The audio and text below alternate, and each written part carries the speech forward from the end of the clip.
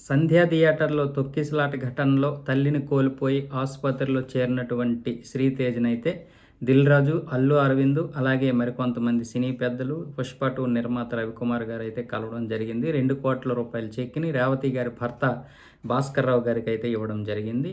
అల్లు అర్జున్ నుంచి రూ. 1,00,00,000 అలాగే నిర్మాతల నుంచి 50,00,000 దర్శకుడు సుకుమార్ నుంచి రూ. 50,00,000 మొత్తం రూ. 2,00,00,000 అయితే పిల్లల తండ్రికి భాస్కర్‌రావు గారికైతే అందించడం జరిగింది దిల్ రాజు గారి ఆధ్వర్యంలో. అయితే ఎఫ్‌డీసీ చైర్మన్‌గా ఉన్నటువంటి దిల్ రాజు త్వరలోనే ఈ సమస్యకి పరిష్కారం చూపడానికి ప్రయత్నాలైతే చేస్తున్నాడు. సీఎం రేవంత్ రెడ్డితో కలిసి మరొకసారి ఆలోచించి ఈ కేసుని పూర్తిగా లేకుండా చేసి ఇంకా పిల్లాడికి ఏదైనా వైద్య ఖర్చులు కావచ్చు, భవిష్యత్తులో కావాల్సిన విధంగా అన్ని విధాలుగా ఆదుకుంటామని, అలాగే భాస్కర్‌రావు గారికి సినిమా పరిశ్రమలో ఏదైనా ఉద్యోగం కూడా చూసే విధంగా అయితే ఎఫ్‌డీసీ చైర్మన్ దిల్ రాజు అయితే చెప్పడం జరిగింది. అలాగే ఇంకా ఏమైనా ఫర్దర్‌గా ఇల్లు కావాల్సొచ్చినా, ఇంకేదైనా కావాల్సొచ్చినా కూడా ఏర్పాటు చేయడానికైతే ఇటు అల్లు అర్జున్ కుటుంబం కావచ్చు, అటు పుష్ప 2 నిర్మాతలు కూడా సిద్ధంగా ఉన్నారు.